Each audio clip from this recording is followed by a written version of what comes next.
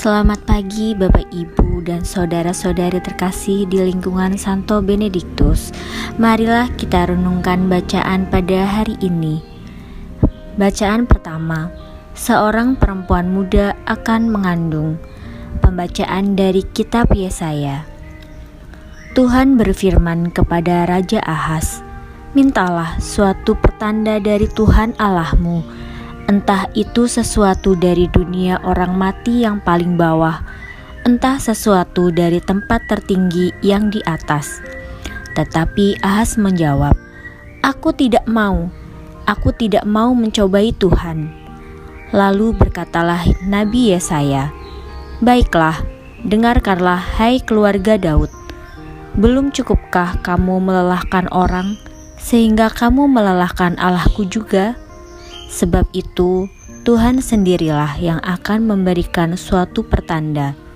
Sesungguhnya seorang perempuan muda mengandung dan akan melahirkan seorang anak laki-laki, dan ia akan menamakan dia Immanuel, artinya Allah menyertai kita." Demikianlah sabda Tuhan. Bacaan kedua, lihatlah aku datang untuk melakukan kehendak-Mu. Bacaan dari surat kepada orang Ibrani. Saudara-saudara, tidak mungkin darah lembu jantan atau darah domba jantan menghapuskan dosa. Karena itu, ketika Kristus masuk ke dunia, Ia berkata, "Kurban dan persembahan tidak Engkau kehendaki.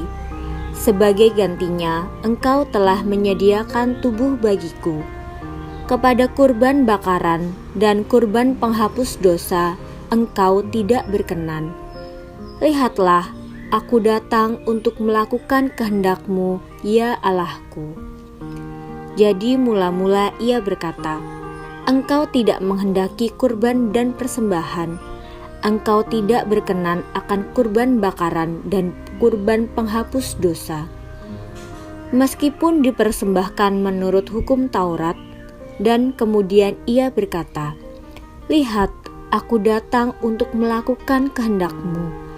Jadi yang pertama telah Ia hapuskan untuk menegakkan yang kedua.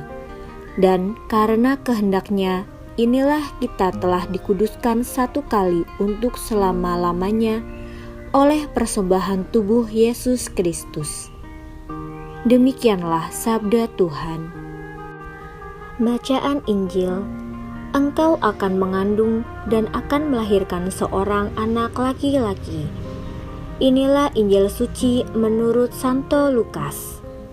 Dalam bulan yang ke-6, Allah mengutus malaikat Gabriel ke sebuah kota di Galilea bernama Nazaret kepada seorang perawan yang bertunangan dengan seorang bernama Yusuf dari keluarga Daud. Nama perawan itu Maria. Ketika masuk ke rumah Maria, malaikat itu berkata, "Salam hai engkau yang dikaruniai, Tuhan menyertai engkau." Maria terkejut mendengar perkataan itu, lalu bertanya di dalam hatinya, "Apakah arti salam itu?" Kata malaikat itu kepadanya, "Jangan takut hai Maria, sebab engkau beroleh kasih karunia di hadapan Allah. Sesungguhnya engkau akan mengandung dan akan melahirkan seorang anak laki-laki, dan hendaklah engkau menamai dia Yesus. Ia akan menjadi besar dan akan disebut Anak Allah yang Maha Tinggi. Dan Tuhan Allah akan mengaruniakan kepadanya tahta Daud, bapa leluhurnya. Ia akan menjadi raja atas kaum keturunan Yakub sampai selama-lamanya, dan kerajaannya tidak akan berkesudahan."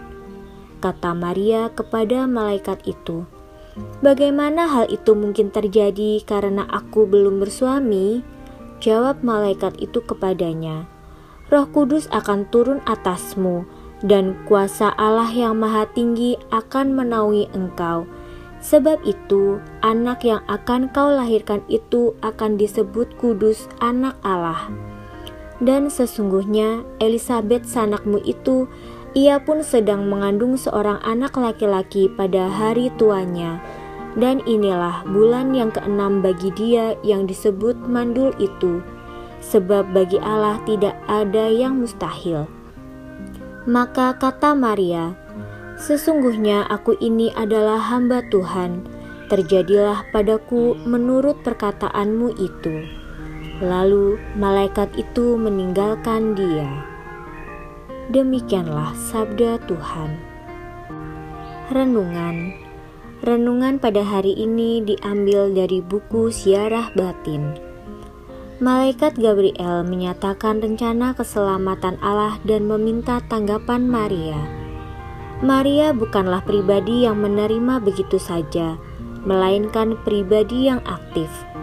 Karena itu, Maria menanyakan tentang bagaimana hal itu mungkin terjadi. Jawaban malaikat belum membuat semuanya jelas bagi Maria. Meskipun banyak hal masih gelap, Maria berpasrah kepada rencana Allah dan menyediakan tubuhnya sebagai sarana inkarnasi Sang Sabda sehingga Sang Perawan mengandung. Kesanggupan Maria itu bukanlah tanpa tantangan dan kesulitan, tetapi imannya pada kuasa Allah melancarkan proses kelahiran Sang Penebus. Situasi yang sama terjadi pada kita. Rencana Allah mengundang kita untuk mengambil bagian dan melancarkan pelaksanaan rencananya. Banyak hal yang tidak jelas dan masih akan diperjelas pada waktunya menurut cara Allah. Dari kita dituntut keterbukaan untuk digunakan Allah dan iman pada kuasa-Nya yang bekerja di dalam hidup kita. Maria menjadi teladan iman untuk terlaksananya rencana Allah. Marilah berdoa. Ya Bunda Maria, dampingilah kami untuk meniru iman-Mu, sehingga sikap penyerahan-Mu juga menjadi sikap kami. Amin.